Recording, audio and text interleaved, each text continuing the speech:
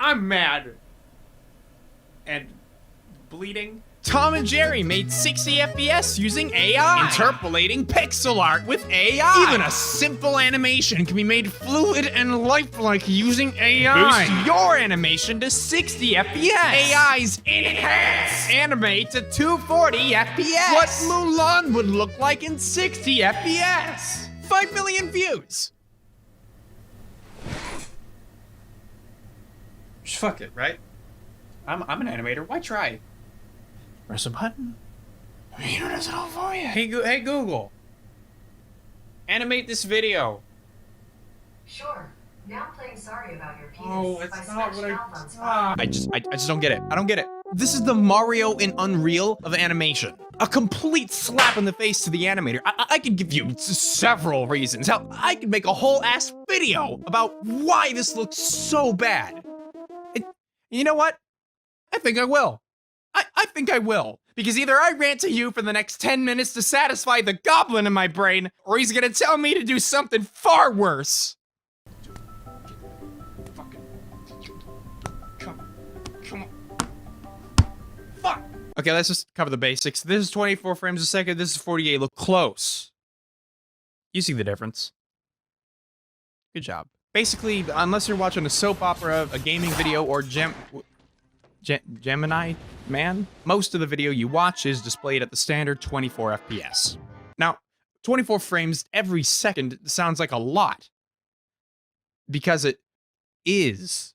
But it's pretty rare for animators to consistently create a new drawing for every single frame. Even during the most complex and fluid movements, animators will often hang on a single drawing for longer than one frame. If it's on screen for 2 frames, we call that animating on 2s. If it's up for 3, it's on 3s, 4s, and so on. There's a lot of reasons you might do this. Maybe you want to make 2 things feel different from each other, and a different frame rate helps to sell that. Maybe a low frame rate is part of the style. Maybe a character's movements are so far away that nobody's going to even notice. Maybe a choppier movement looks better with less frames. And I could go on, but you get the point. It's not just a compromise. We did a lot of animation testing, and we found out pretty early on that in order to capture the spirit of the comic books, we'd animate on 2s, and sometimes we would hold frames for 2 or 3 frames. When there's 24 frames a second, instead of doing all 24, you 12, and the mind fills in the gaps between them. It makes it feel more graphic. There is a clarity and a crispness in that, so we latched into that as an aesthetic that I think made it feel more like a comic book. And here's the thing. Just like animating on 2s or whatever looks fine if it's done right, animating at more than 24 FPS can look great. There's nothing wrong with having more frames when the artist intends for there to be. Yes, the issue at hand isn't the prospect of HFR animation. Instead, it's this shit-ass trend I'm seeing more and more of where some degenerate with Moonbrain will take a perfectly fine animation and remaster it, that is, stick it into an AI and press render, to create new frames in between the perfectly fine existing ones. This is widely referred to as interpolation, and not only does it completely fly in the face of artistic intent, it also just so happens to completely undermine several of the most basic principles of the entire medium of animation. Seriously, there's like a whole book about this, written in the Middle Ages by the 9 guys. People call it the animator's Bible. Now, I'm not a religious man. The book outlines what we call the 12 principles of animation. You got timing, staging, exaggeration, anticipation, straight ahead versus pose to pose, solid drawn, arcs, follow through and overlap, squash and stretch, secondary actions, appeal, and easing.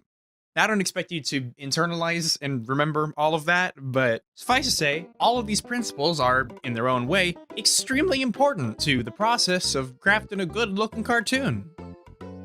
And here are the ones that the AI completely fucking ignores. Are you beginning to see the problem? Side note, if you're an animator, you should seriously buy that book if you haven't already.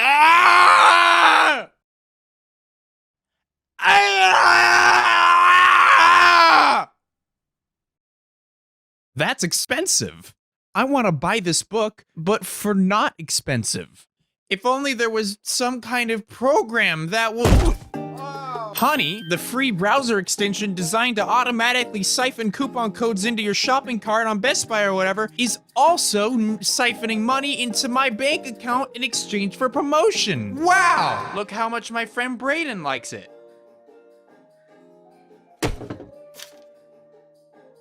Honey is real good. Well, let's say I'm about to give me a goddamn piece of pie from the company whose ex-CEO has been training for 20 months not to use slurs. That's real. Honey steps on up like, don't you dare pay full price for this. Now, I am paying less for my pizza. Incredible. 2 clicks and it's on your computer. How is this possible? We have gone too far. nabitahoney.com/noodle. Why haven't you clicked it yet? Genuinely, why not? It is free, it is not selling your info, and it is save you money. Hobble on over to honey.com/noodle and download it before I take action. Here's an image of a little man. He's doing very well, and I'm proud of him. He will be demonstrating 2 of the most important fundamentals of animation: timing and easing. Say we want to get him from here to here on the canvas. I could manually hand animate the man on ones, or I could instead tell my animation software to do it for me by tweening or interpolating that movement. I have just saved myself a lot of time by doing this, and the only catch is that, well, it looks like a computer did it. But why though? You see, when you ask a computer to make a guy go from here to here, it sure is gonna do it, but it's gonna do it in the most simple and efficient way possible. Perfectly even, steady all the way, boring, lifeless.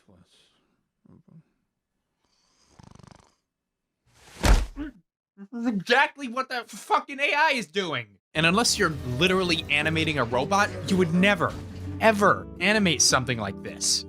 Cause it doesn't look good! I can tweak this motion and clean it up by hand using the interpolated frames as a baseline, and this approach will probably still save me some time, but that's my point. The tool helps, but I'm not a, well, I am a tool, but I'm the one giving life to what would otherwise be a lifeless motion. These 2 boys are going from one extreme keyframe to the other in the exact same amount of time, but they feel totally different.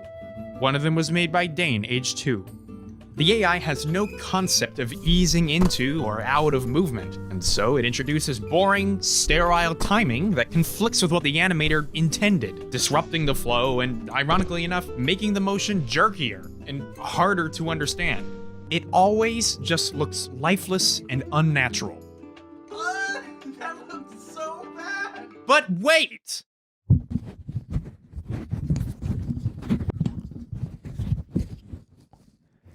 It gets worse. The issues with timing get significantly worse on animation that wasn't done entirely on ones. Let's say it's on 2s. The AI doesn't smooth anything between the first and second frames of a single drawing because there's nothing to smooth. They're the same picture. This means that what was originally a perfectly fine 12 FPS animation is now a janky mess that constantly alternates between 12 FPS and a blurry, ugly 48, 4 times its original speed. It creates this awful artifact where now, instead of a few frames implying a smooth movement, a lot of frames instead imply this gross, janky one. You may not actively see that that's what's happening, but you can definitely feel it, because it feels bad. You know people get paid to do this, right? Like, in between animator is a job title. If you tell a computer to fill in the gaps, how do you think it's gonna do it? You think it's gonna pick up on all the little details, tiny nuances, an in-between animator, a yada, titmouse, whatever the fuck is getting paid to notice? Look, if I take my arm and I go like, your brain fills in the gaps. It sees the movement, and a good in-betweener should be able to fill in the gaps by emphasizing the timing, the arcs, everything. Computer don't see any of that. All it sees is a collection of JPEGs, a stupid binary game of connect the dots, and boy howdy, is it gonna connect those dots in the most boring, lifeless fucking...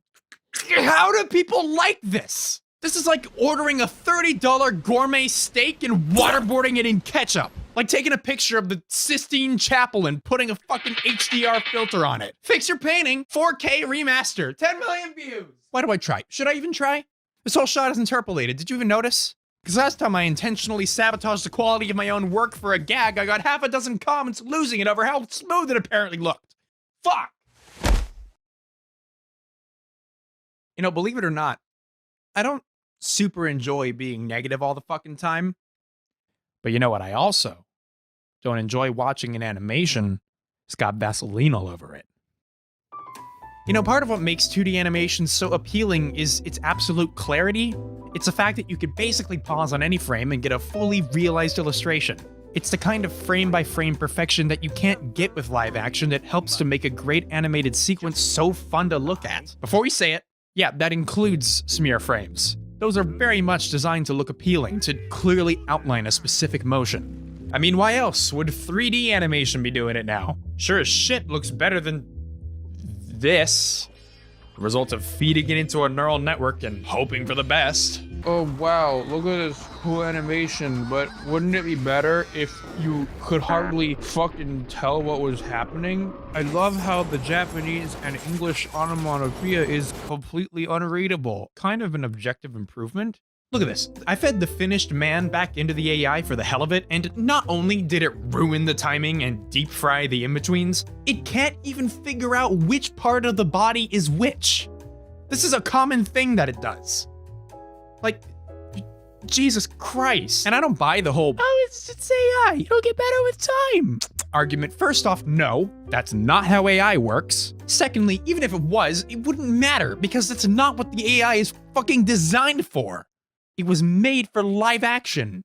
There's a reason that the examples used to demonstrate the tech use live footage. There's a reason we already have interpolation built into our programs, yet we stick to 30 frames or less. We don't need more. Get this, there's actually animation software out there specifically designed to interpolate your work for you. Best example is Kakani, and it's pretty good. I can understand if your mind just did a pop shove it, considering how the entire video thus far has been about how interpolation bad.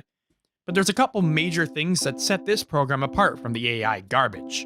Biggest thing? With Kakani, animators are in control. When the software works well, we can let it do its thing, and when the program goes quirky, we can course correct and tweak things until they look right, as opposed to slapping a finished product into an algorithm and going, wow, cool frame rate.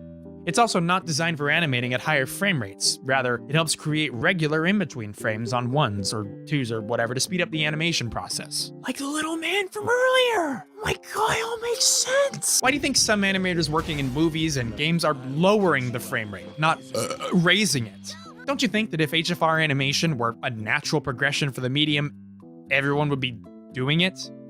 Pixar could start rendering their shit at 60 tomorrow if they wanted to. No one's stopping them. David Productions very well could have just interpolated every single movement in JoJo, and they could have done it at a higher frame rate than 24.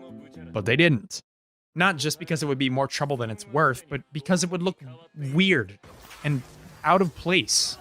God, gamers suck. And you know it's gamers, right? Like who else cares about frame rates? It's gamers. Again.